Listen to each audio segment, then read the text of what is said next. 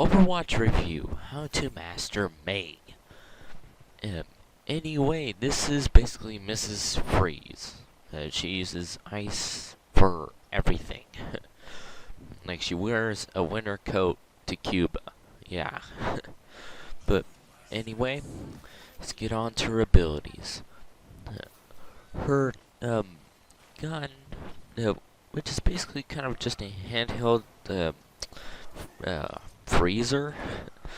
The primary fire is good for close range and can actually freeze enemies and does a fair amount of damage.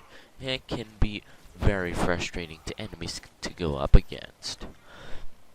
Then she has a secondary fire on that same gun, which launches a little icicle, which does pretty good damage when it comes to a headshot. Then you have cryo-freeze. Basically, she freezes herself to make her invincible and heal herself for a little bit. This makes her a little bit more survivable, and also makes her kind of annoying, but then also kind of easy to counter when it comes to snipers, at least. And then you can have ice wall. Basically, this is the thing that a lot of people don't like. Why? They keep using it at the spawn. Even I do. It's funny. After Hanzo launches his wall hack arrow, basically, I just set up the wall and just annoy the enemy team. It's just so funny. But at least the wall can be destroyed. She is kind of weak, but her attacks and ways to annoy multiple people at once, well, that kind of just makes up for it. She's basically a tracer that, instead of doing a little bit of damage here and there, making them go, hey, what that happened? It's more like if Tracer wasn't as fast, but could make other people even less fast, which is super crazy. And then her ultimate throws out her little drone on her back, which basically deploys and makes this whole like freeze area, which everybody freezes, and also it does damage over time, like how do you call it? Like that gravity surge from Zaria. Anyway, on to the tips. I'm not that great with Mei, but I do know some things you gotta get used to before you start playing with her.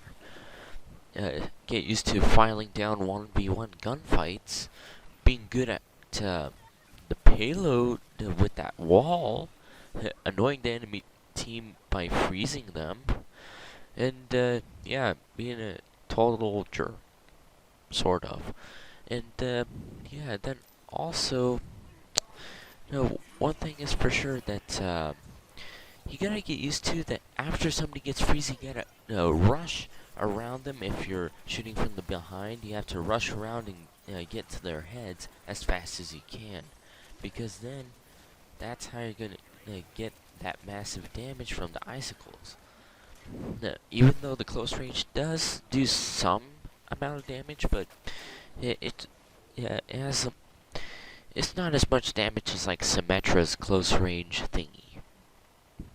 But anyway, the cryo-freeze can be the lifesaver, but then also the heartbreaker also. Why? Because when you freeze, you become immobile. And then that makes Widowmaker and Hanzo just line up a headshot, or get a scatter arrow, or land a poison trap, and yeah, or make any other enemy like use like some ultimate and just sit there for a while before you unfreeze. And one good strategy, which kind of just failed there, like it's good strategy, but it's just very situational. You can wall yourself off for a little bit of privacy after a lot of beating. And yeah, but one thing is for sure, you gotta make sure you're in a place where there's no flank route. Because that's what happened to me. That Reaper kinda somehow got to me there. Anyway, her reload speed is kind of good. The magazine size, obviously, like absolutely huge, but does go away fairly quickly. Also, her ultimate can be paired with any other ultimate that does a lot of damage, like the Soldier 76's aimbot, Death Blossom, Bastion's tank mode, and so on and so forth. Even Justice rains from her butt.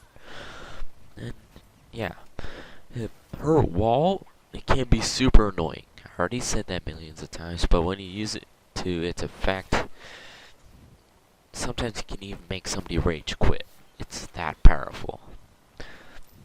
Uh, but yeah.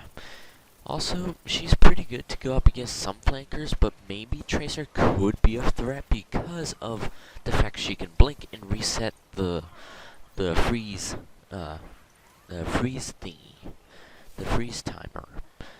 And yeah, also some bunch of other counters I will list in a future video. But anyway,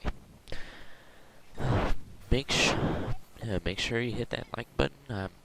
Willing to see what you say on the comments, and yeah, hit that sub button, and check the description if you want to. And yeah, um, have a good one.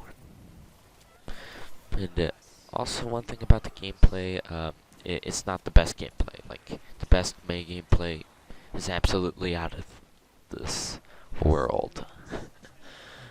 But anyway, we won the match at the end of it all. So yeah, it was kind of worth it.